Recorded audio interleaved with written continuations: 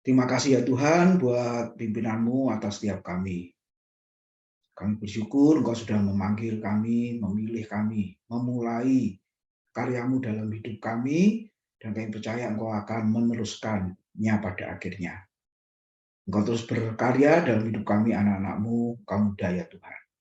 Bentar lagi firman-Mu akan diberitakan, dan yang Kau persiapkan seluruh hidup kami. Kiranya firman-Mu boleh kami lakukan dalam hidup kami menjadi orang-orang muda yang semakin mengerti pekerjaan Tuhan yang Tuhan percayakan untuk kami lakukan dalam hidup kami. Terima kasih ya Tuhan. Kami sambut firman Tuhan dalam nama Tuhan Yesus. Amin. Ya, selamat sore semua. Lagu yang pertama tadi itu lagu lama ya. Siapa yang tahu lagu itu? Itu lagu tahun 2000-an kira-kira. Ya, ada yang baru lahir ya, ada yang belum lahir juga. Ya, Tuhan yang memulai, Dia yang terus memimpin sampai pada akhirnya. Mungkin timbul pertanyaan, nah kalau hidup yang bersangkutan itu tidak beres, katakanlah, ya tidak baik seperti tokoh sore hari ini yang kita pelajari, yaitu Yakub. Lalu bagaimana? Apakah rencana Tuhan bisa gagal atas hidupnya, atau dia putus di tengah jalan, saudara? Nah, coba kita lihat ya. Sore hari ini kita melanjutkan materi kita, yaitu tentang Yakub. Saya beri judul Sang Penipu yang Diberkati Tuhan. Mungkin ada di antara kita yang komplain, penipu ya kok diberkati oleh Tuhan. Ya. Nah, coba kita lihat di dalam kitab Kejadian pasal 27 ayat 19 sampai dengan yang ke-20. Perhatikan di situ kata Yakub kepada ayahnya, "Akulah Esau, anak sulungmu. Telah kulakukan seperti yang Bapa katakan kepadaku. Bangunlah, duduklah dan makanlah daging buruan masakanku ini agar Bapa memberkati aku." Lalu Ishak berkata kepada anaknya itu, "Lekas juga engkau mendapatkannya, anakku." Jawabnya, "Karena Tuhan Allahmu membuat aku mencapai tujuanku." Coba lihat, kalau kalian renungkan ya, di Kejadian 27 itu ceritanya apa? Ishak sudah lanjut umurnya, matanya juga sudah tidak jelas. Ya jangan tanya kok nggak pakai kacamata, belum ada optik ya pada waktu itu. Jadi sulit membedakan mana Esau, mana Yakub. Kemudian kita lihat sebelum mati, Yakub memanggil anaknya yang sulung yaitu Esau. Pergi ke padang, kemudian sembelih daging, ya buruan, masaklah makanan kesukaanku. Dan setelah aku makan, ya nanti aku akan memberkati engkau dan setelah itu aku mati. Terus ayat berikutnya mengatakan apa? Ibunya yang namanya Ribka mendengar. Ya, kemudian mengatakan kalimatnya Yakub kepada Esau disampaikan kepada si Yakub, saudara. Nah, akhirnya singkat cerita, Yakub itu menipu ayahnya dengan memposisikan dirinya sebagai Esau. Nah, coba kita melihat Alkitab itu kalau kita mempelajari ya sangat transparan. Ya, bacaan kita, saudara, sebentar lagi masuk ke kitab Kejadian lagi ya. Nah, coba transparannya apa? Kejelekannya, ya, kelemahannya, bahkan dosanya tidak ditutupi. Semua dijelaskan di situ. Ya. Bahkan kita lihat di kitab Kejadian Yehuda sama Tamar. Siapa itu? Papa mertua dengan anak menantu perempuannya. Singkat cerita, mereka tinggal bersama, hidup bersama. Nah, lalu Abraham pernah menipu kan kepada Raja Abimelek itu ya.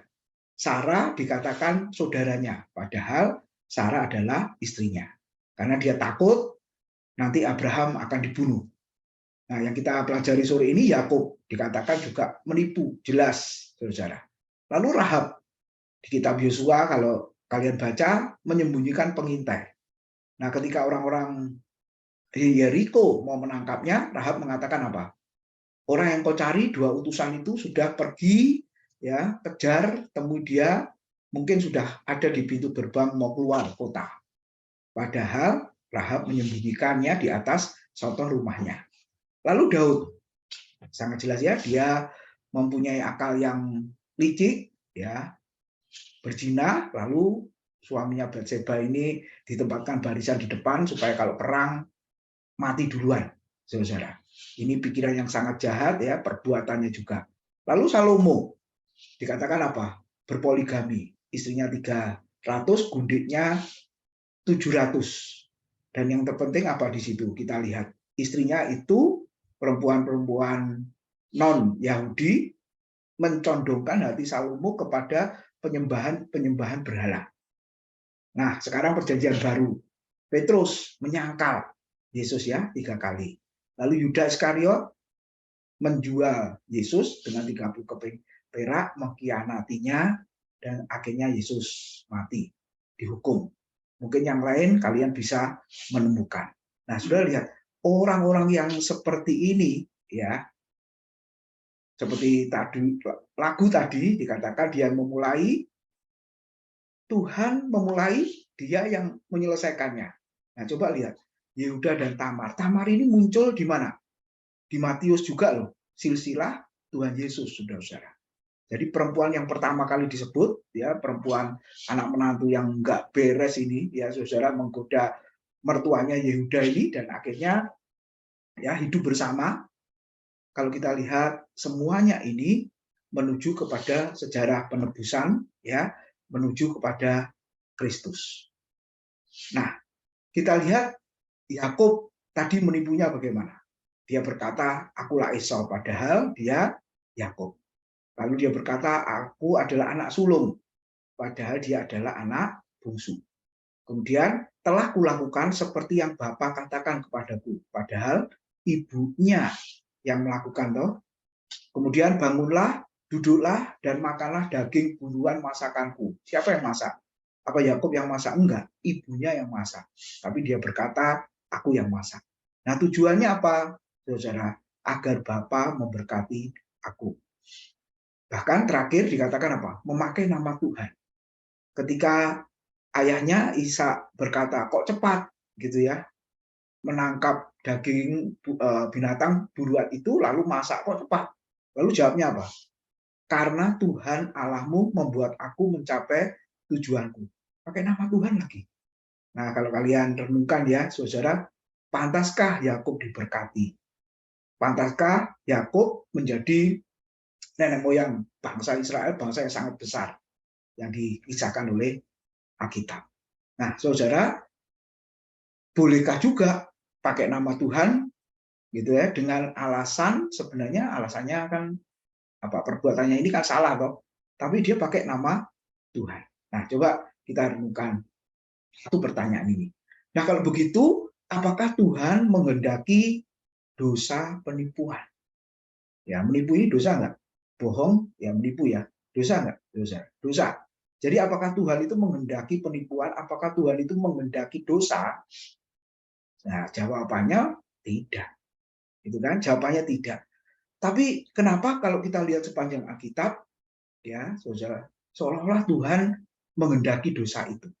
Sebenarnya bukan Tuhan menghendaki dosa, tapi Tuhan menyetujui atau merestui adanya dosa. Apa bedanya menghendaki dengan menyetujui atau merestui? Saudara, kalau kalian diundang ke pernikahan, bunyinya apa? Undangannya. Teruskah bunyinya apa undangannya? Menyetujui. Hah? Kalau diundang ke pesta pernikahan itu loh, tulisannya apa? Iya. Di pintu masuk gitu ya, besar-besar gitu kan? Ya. Apa itu tulisannya? Pernah diundang nggak? Pernah Pak, Saya lupa nggak tapi. tanya kamu sudah menikah apa belum, tapi pernah nggak diundang temanmu menikah? Nah, Paula senyum-senyum. Pernah. Pernah.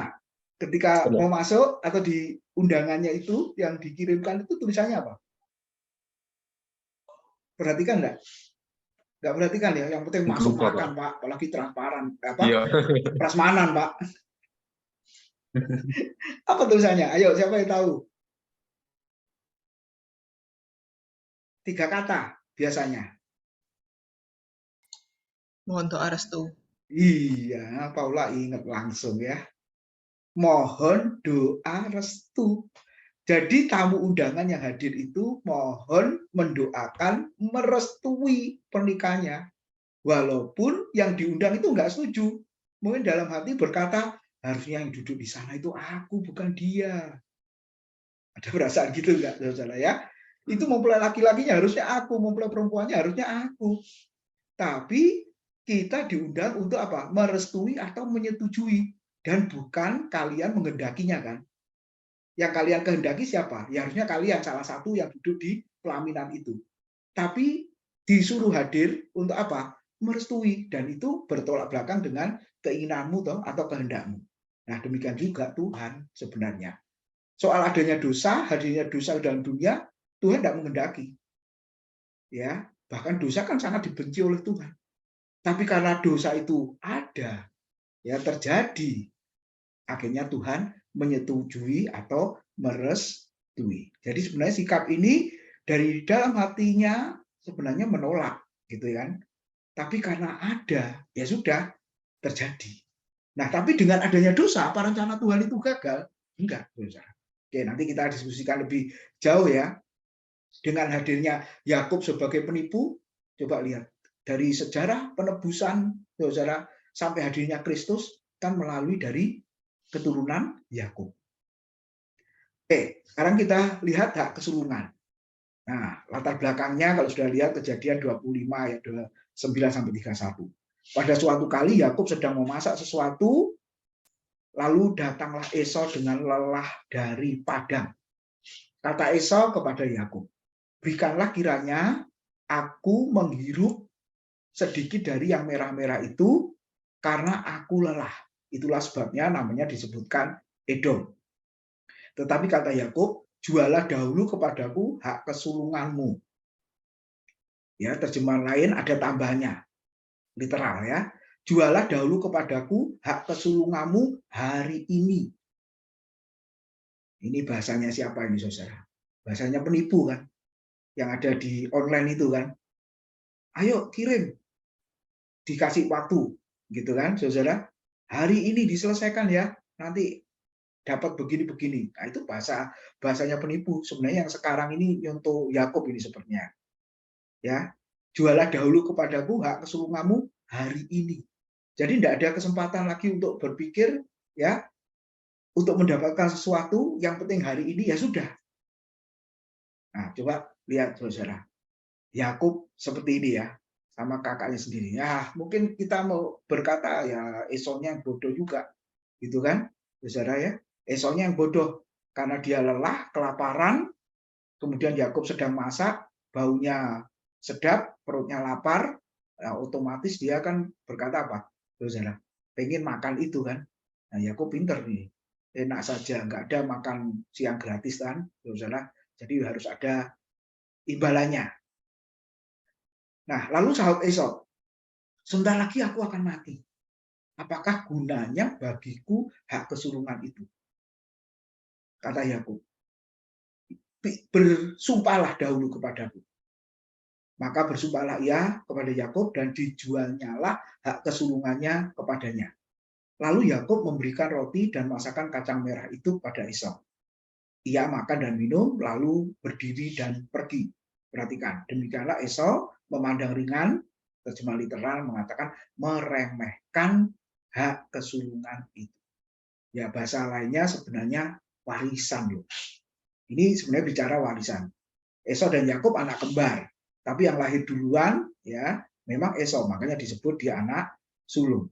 Nah, saudara lihat, dia nggak peduli dengan warisan itu. Kalau saudara dijanjikan warisan, peduli nggak, saudara? Apalagi warisannya besar. Nah, waktu itu hanya 2 anak kan, Esau dan Yakub. Ishak itu orang kaya kata Alkitab. Wah, kalau anak sulung itu warisannya lebih besar dibanding anak bungsu, saudara. Jadi kita bisa melihat harusnya ini berkat warisan sangat besar. Tapi firman Tuhan mengatakan Esau memandang ringan atau meremehkan hak kesulungan itu. Bayangkan, saudara. Karena dia mau menikmati yang sebentar saja. Coba lihat. Sebentar lagi aku akan mati. Ya, kalau aku makan itu, aku akan segar kembali, gitu kan? Gak peduli hak kesulungan itu. Nah, apakah gunanya bagiku hak kesulungan itu? Wah, ini orang-orang yang memandang rendah, meremehkan berkat yang besar sebenarnya, yaitu berkat kesulungan itu. Nah, akhirnya di surat Ibrani pasal 12 ayat 16 dan 17 diulang oleh penulis surat Ibrani. Perhatikan. Janganlah ada orang yang menjadi cabul atau yang mempunyai nafsu yang rendah seperti Esau yang menjual hak kesulungannya untuk sepiring makanan. Sebab kamu tahu bahwa kemudian ketika ia hendak menerima berkat itu, ia ditolak.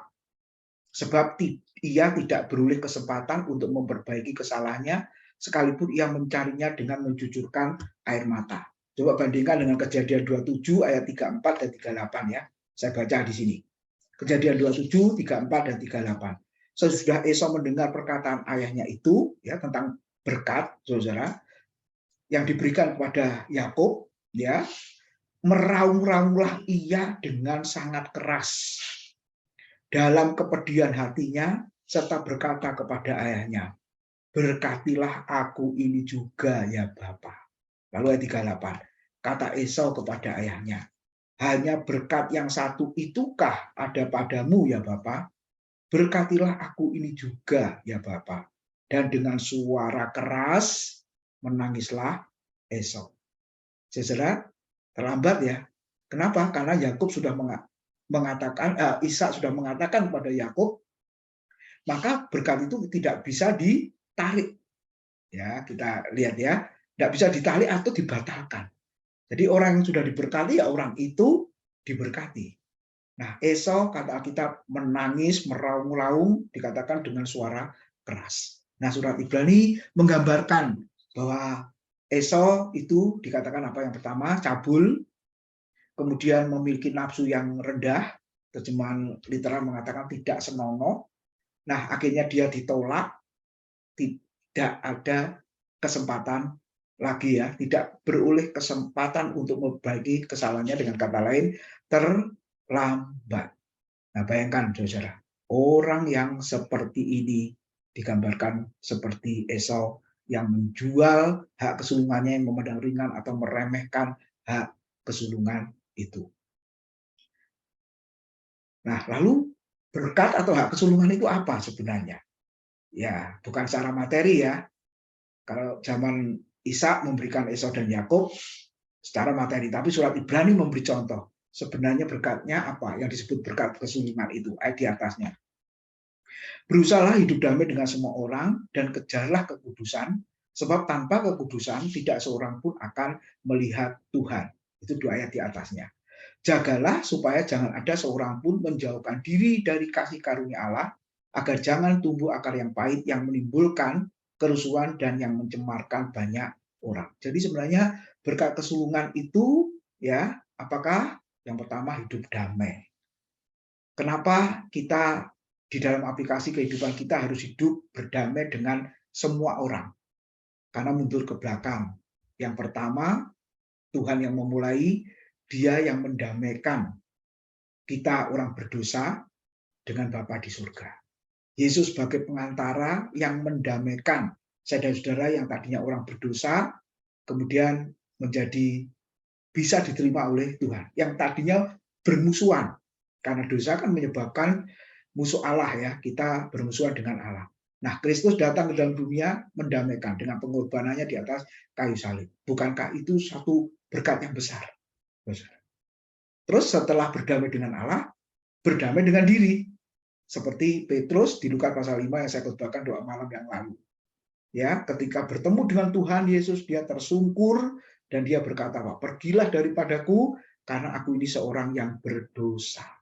Jadi ketika memahami ya damai yang dikerjakan oleh Kristus atas kita, maka seharusnya orang berdosa menyadari bahwa dirinya adalah tidak layak dan mengaku dia adalah orang berdosa. Nah, itu berkat kesulungan, berkat yang besar sebenarnya.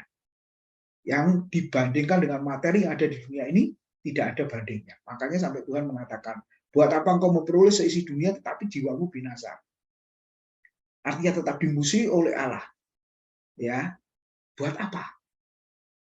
Kemudian setelah berdamai dengan Tuhan, berdamai dengan diri, menyadari dirinya orang berdosa, maka dia harus bisa berdamai dengan orang lain. Makanya dikatakan berusahalah hidup damai dengan semua orang, saudara. Dan yang keempat apa? Setelah berdamai dengan orang lain, maka dia pembawa damai. Ini ya, saudara, bukan troublemaker ya, pembuat masalah, tapi peacemaker, pembuat damai. Di mana-mana hidupnya menjadi berkat bagi banyak orang. Lalu apalagi berkatnya? Kekudusan. Nah, Tuhan sudah menguduskan, gitu ya, saudara. Semua dimulai dari Tuhan yang berkarya atas hidup kita. Dan setelah Tuhan menguduskan secara status renungan saya yang kemarin ya, 3 minutes itu, saudara, maka kita diperintahkan Tuhan untuk hidup dalam kekudusan. Kuduslah kamu, sebab aku Tuhan adalah kudus. Terus kejarlah kekudusan, usahakanlah yang namanya hidup kudus itu. Sebab tanpa kekudusan, tidak seorang pun akan melihat Tuhan. Kenapa? Karena Tuhan itu kudus, saudara. Dan yang terpenting apa di situ? Jangan ada seorang pun yang menjauhkan diri dari kasih karunia. Surat Ibrani memberikan peringatan-peringatan. Kita sudah dapat kasih karunia. Jangan disepelekan, jangan dianggap ringan seperti Esau memandang ringan hak kesulungan itu. Nah, akhirnya apa? Coba kita lihat. Kejadian 27, 26 sampai 29. Berkatalah Ishak ayahnya kepadanya, datanglah dekat-dekat dan ciumlah aku, anakku. Lalu datanglah Yakub dekat-dekat dan diciumnyalah ayahnya. Ketika Ishak mencium bau pakaian Yakub, karena sudah baju berbulu ya, Yakub kulitnya licin kata Alkitab, Esau berbulu. Karena ini ide dari mamanya itu ya, pakai bajunya, lalu diberkatinya lah dia katanya. Sesungguhnya bau anakku adalah sebagai bau padang yang diberkati Tuhan. Allah akan memberikan kepadamu embun yang dari langit dan tanah-tanah gemuk di bumi dan gandum serta anggur yang berlimpah-limpah. Bangsa-bangsa akan takluk kepadamu dan suku-suku bangsa akan sujud kepadamu. Jadilah tuan atas saudara-saudaramu dan anak-anak ibumu akan sujud kepadamu. Siapa yang mengutuk engkau, terkutuklah ia, dan siapa yang memberkati engkau, diberkatilah ia. Coba lihat. Berkat yang diberikan Ishak kepada Yakub harusnya untuk Esau, tapi akhirnya diberikan kepada Yakub. Kenapa? Coba lihat. Esau awalnya sudah menjual berkat itu dengan semangkok, sepiring, makanan tadi kan, saudara. Ternyata itu benar-benar tergenapi. Ya kan? Tergenapi. Berkat itu akhirnya diberikan kepada Yakub karena Esau sudah menukarnya dengan sepiring makanan tadi. Sesungguhnya bau anakku adalah sebagai bau padang yang diberkati Tuhan.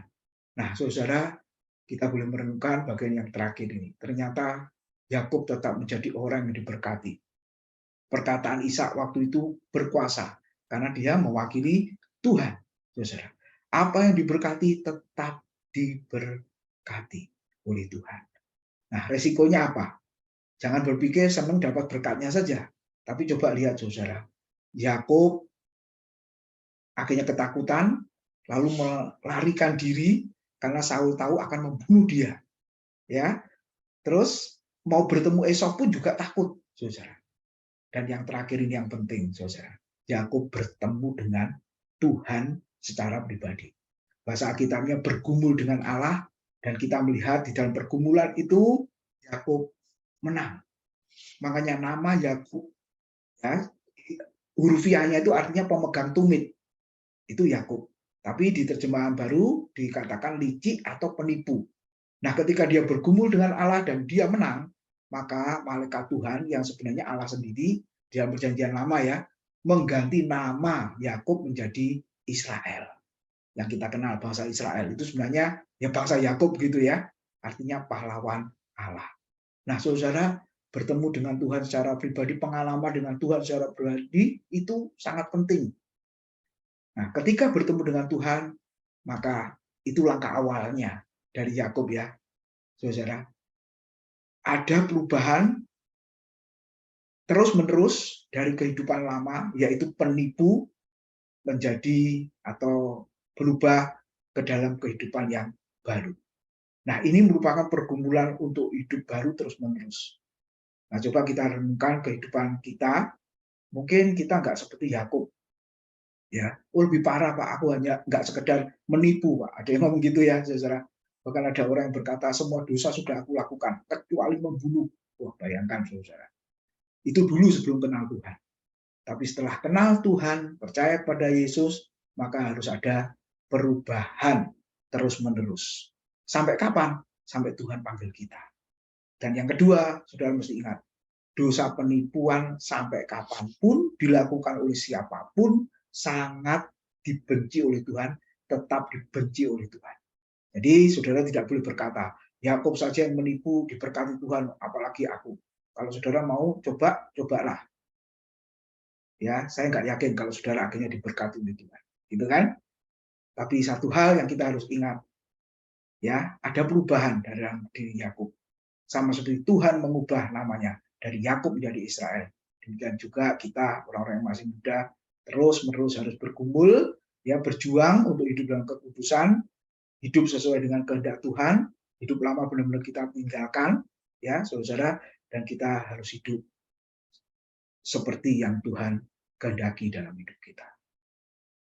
Kiranya Tuhan memberkati. Mari kita berdoa. Terima kasih buat kebenaran firman-Mu, mengingatkan setiap kami orang-orang yang masih muda. Mungkin hidup kami seperti Yakub, banyak hal-hal yang tidak berkenan di hadapan Tuhan. Tapi kami mau Engkau mengubah kami ya Tuhan. Sejak kami mengenal Engkau, menerima Engkau sebagai Tuhan dan Juru Selamat satu-satunya, kami mau hidup kami terus diubah, diperbarui dari hari ke hari. Hidup kami boleh terus sesuai dengan kehendak. Terima kasih Tuhan. Berkati anak-anak-Mu pada sore hari ini. Biarlah Roh Kudus menolong untuk melakukan firman-Mu dalam hidup mereka, dimanapun mereka berada, baik di pekerjaan, di sekolah, di mana Tuhan tempatkan, jadikan mereka berkat. Terima kasih Tuhan. Dalam nama Tuhan Yesus kami sudah berdoa. Amin.